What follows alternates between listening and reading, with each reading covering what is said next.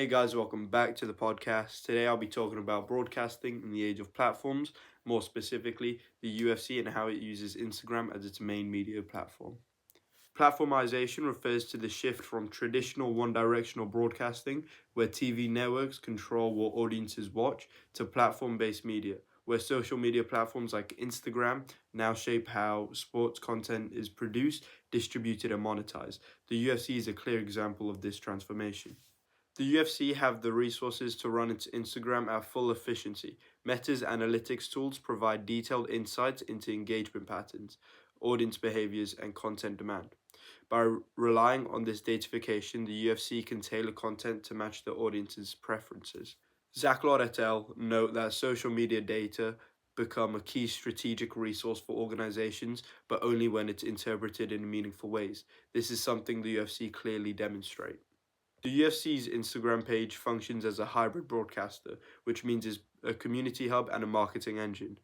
They post short highlights, press conference moments, behind the scenes videos, fighter announcements, and promotional graphics. Reels are prioritized because the algorithm pushes short form video, while stories offer micro broadcasting feel. With Instagram's algorithmic selection, posts are primarily shown to users who have previously engaged with the page.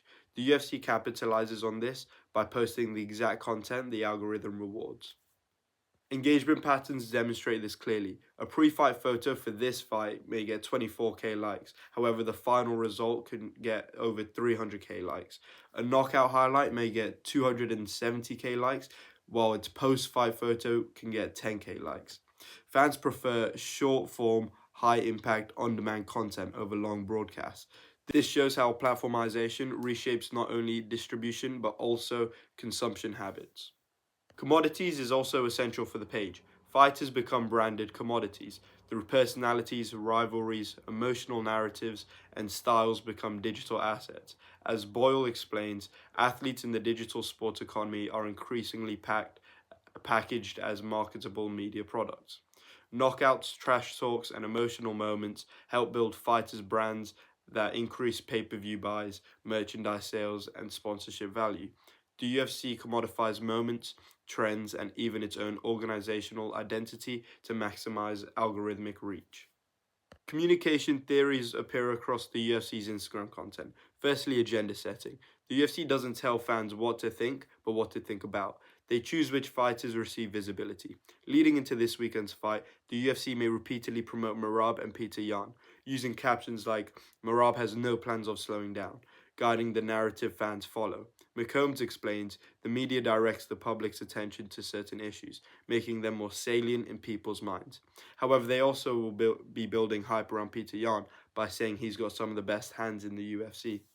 There is also use of priming. The UFC page primes audiences to expect certain performances. For example, when Peyton Talbot is shown scoring a knockdown, when the caption shows he's got quick hands, audiences are primed to expect fast striking and potential knockouts in his next fight. The UFC page also uses framing, for example, through captions that say dominant, historic, or controversial, plus selective editing shape how audiences interpret fighters. When the UFC labels Tatsuro Taira as a submission specialist, they frame his identity as a grappler. Ettman states that to frame is to promote a particular problem definition, casual interpretation, moral evaluation, and or treatment recommendation. Media writing also adapts to Instagram. Instead of long analysis, the UFC uses short, emotional, hype driven text. And still, what a knockout, who's next?